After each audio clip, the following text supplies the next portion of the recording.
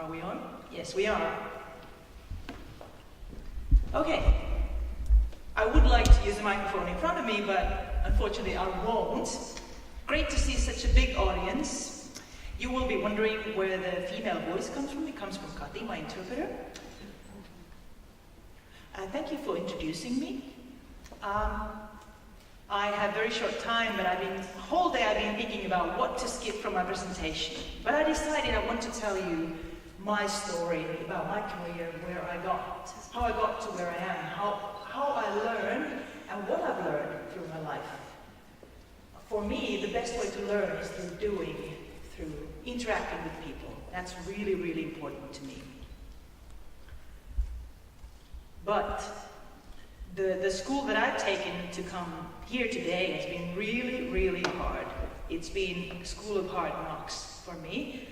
I've been told that you cannot go to university, that you cannot do this, you have to accept that you're deaf, that you're disabled. They've threatened to kill me. I've been hit in the face, but I've always kept my dream and wanted to go to that direction. And I'm really happy that I chose the hard way. Otherwise, I wouldn't be standing here today. I started my school, comprehensive school, in 1984.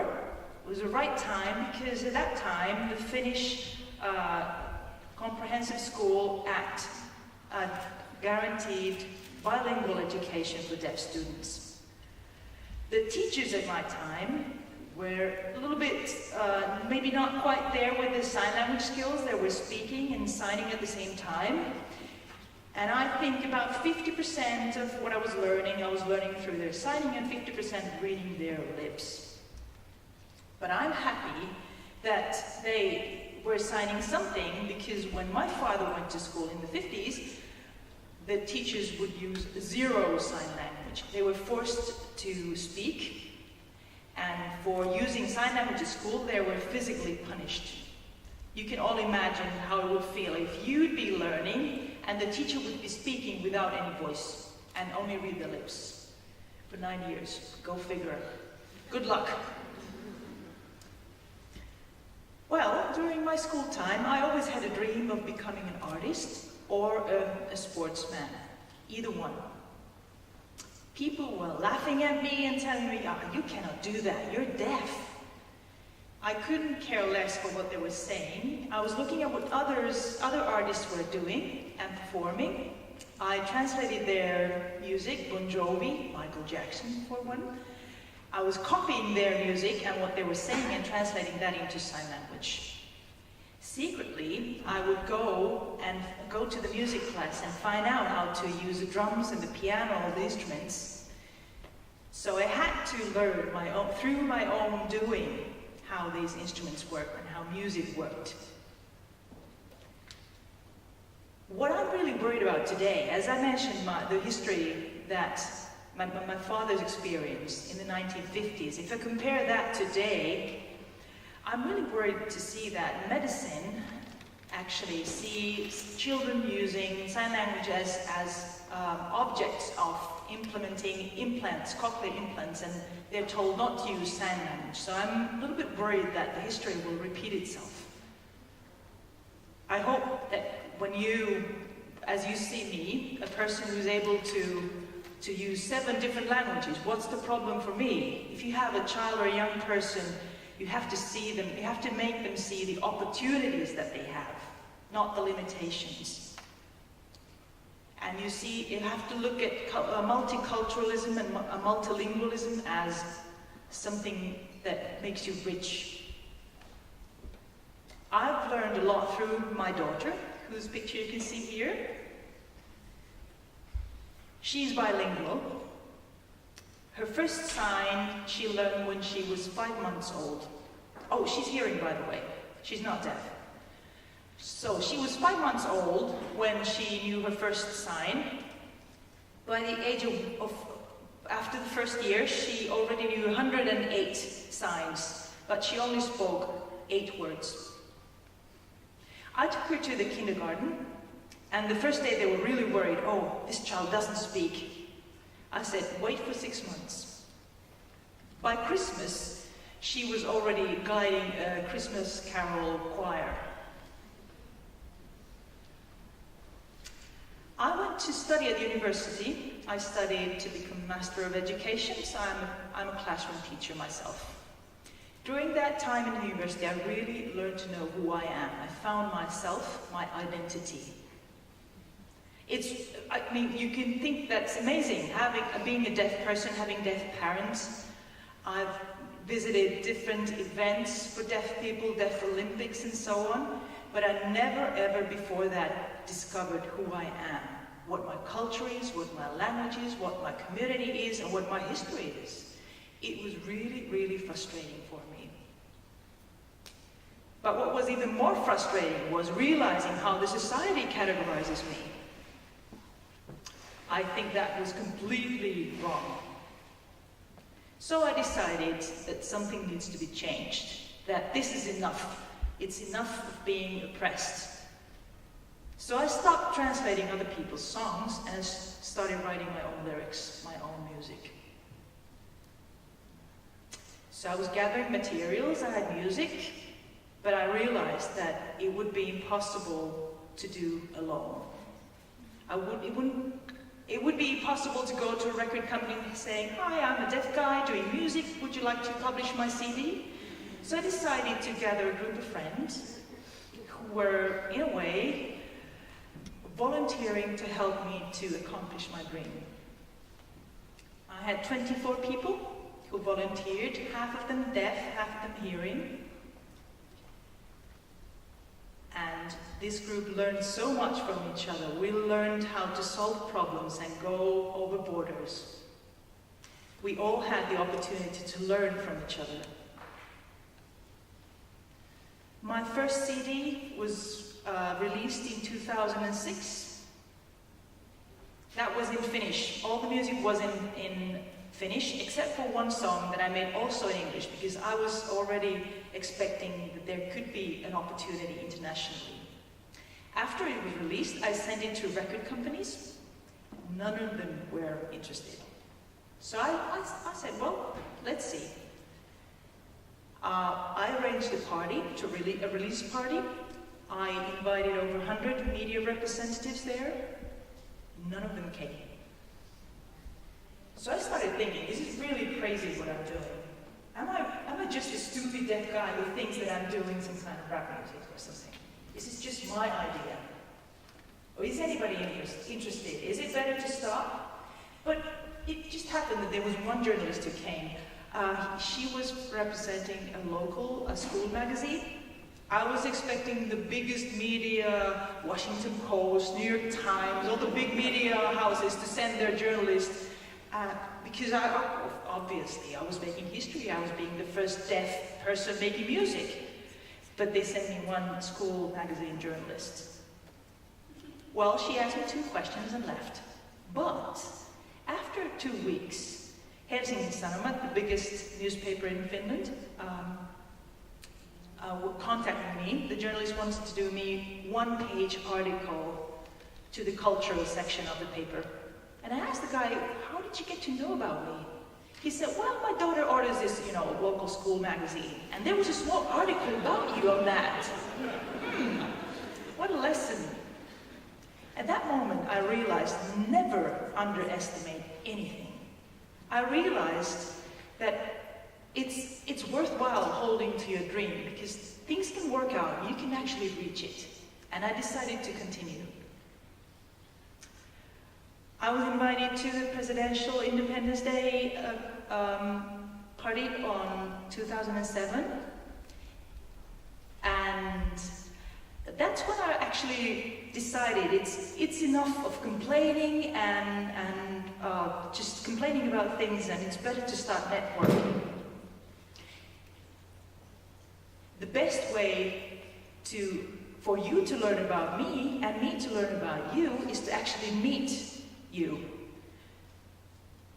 We can either use just gestures or we can use an interpreter, but the best way is to meet in person, face to face.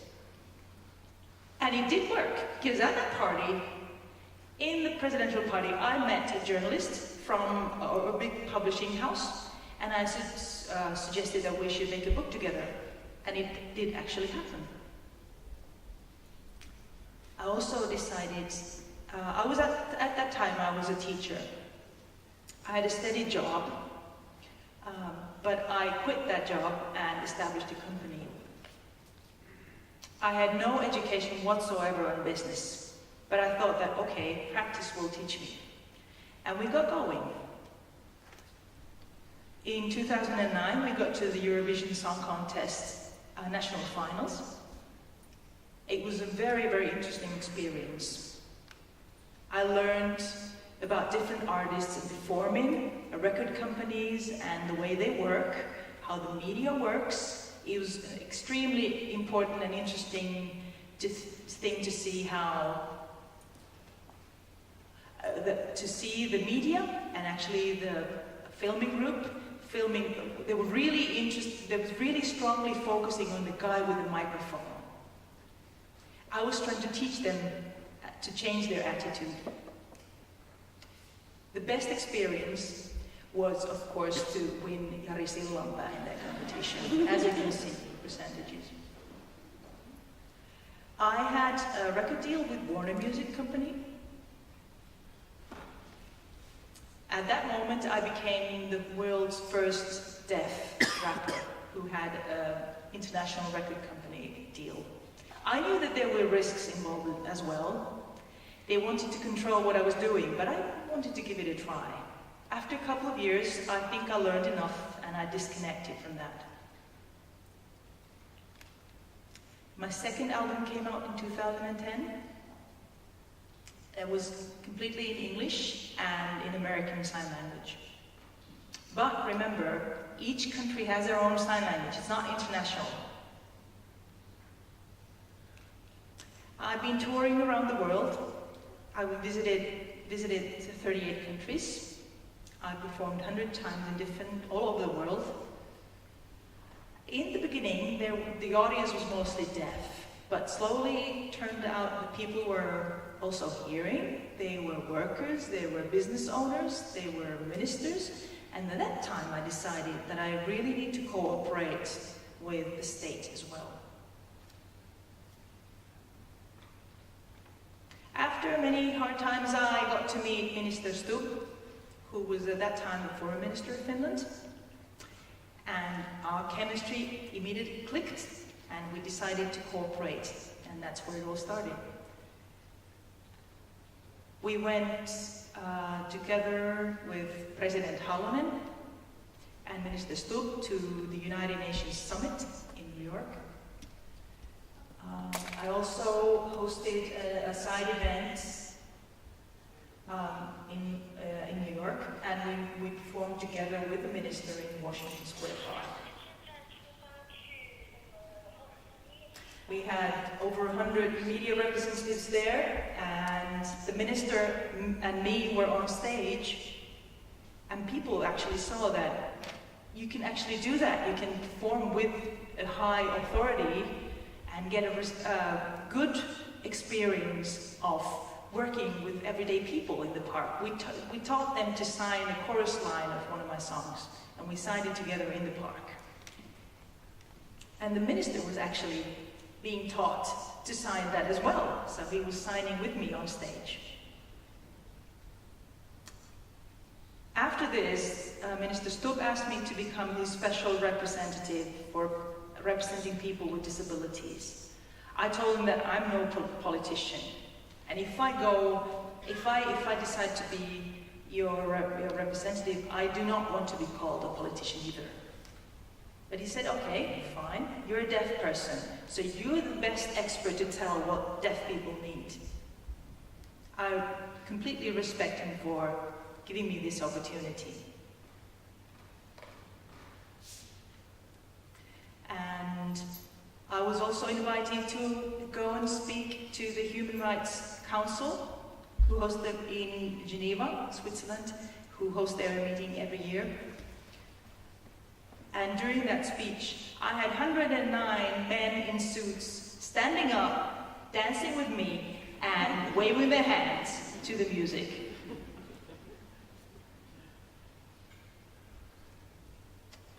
So, along the way, as I've performed as Signmark for about 7 to 8 years, I realized that, and when I was traveling the world, I also actually went to Ethiopia, been to Australia as well, all around the world. I've seen deaf people and their lives, or disabled people, other kinds of minorities, their status is very, very varied.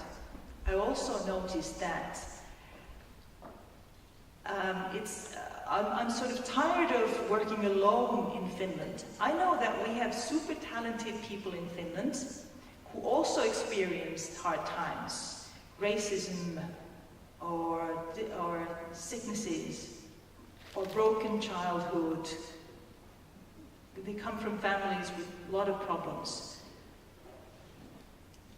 And still, they're very, very talented and very, very successful in life. So I established a group called Team Hello, and we want to inspire young people to believe in their dreams and to believe that anything is possible. This is an example. We've been to kindergartens the last weeks, and next week also we'll be visiting different kindergartens to meet kids with 2 themes.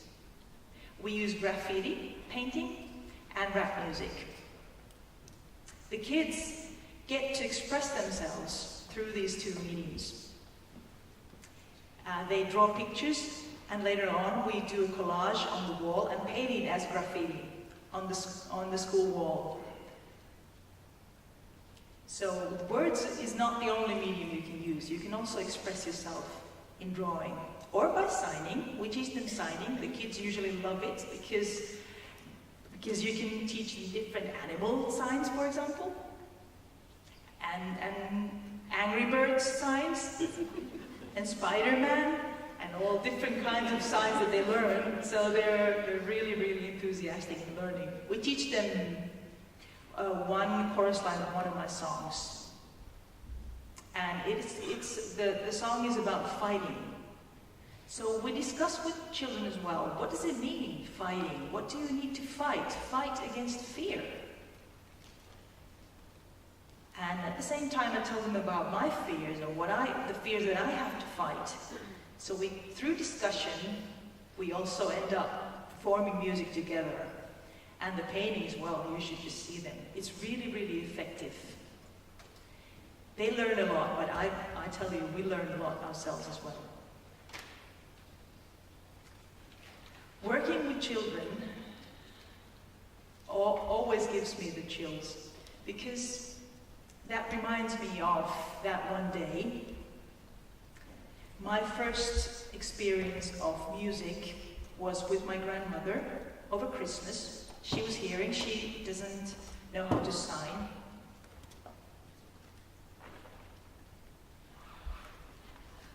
But she was confident that I would learn music.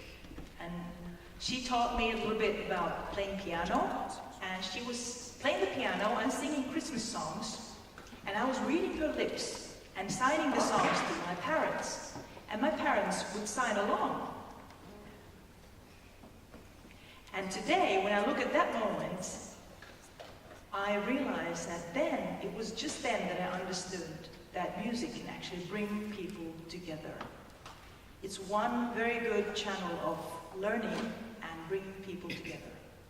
Music is also about breaking boundaries. Personal boundaries, boundaries between people, and even larger boundaries. Otherwise, I wouldn't be here. So, I'm happy to tell you that I will be releasing my 3rd CD. Will be ready on 2nd of May this year.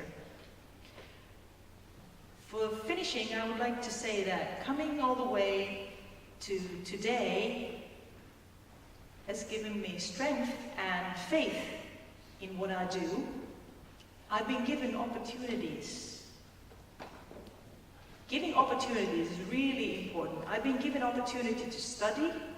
I've been given opportunity to network and to cooperate. If you give children opportunities, then nothing is impossible. For many people, I usually say, if you fail, it gives you strength. I failed many times. I have many backstabbing experiences as well. But I want to thank them today, because it only made me stronger.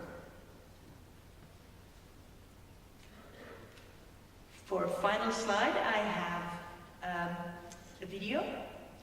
It's the same song that I've been teaching to the kindergarten kids. And the video came out just last week. And I want to give it back to you as a finishing.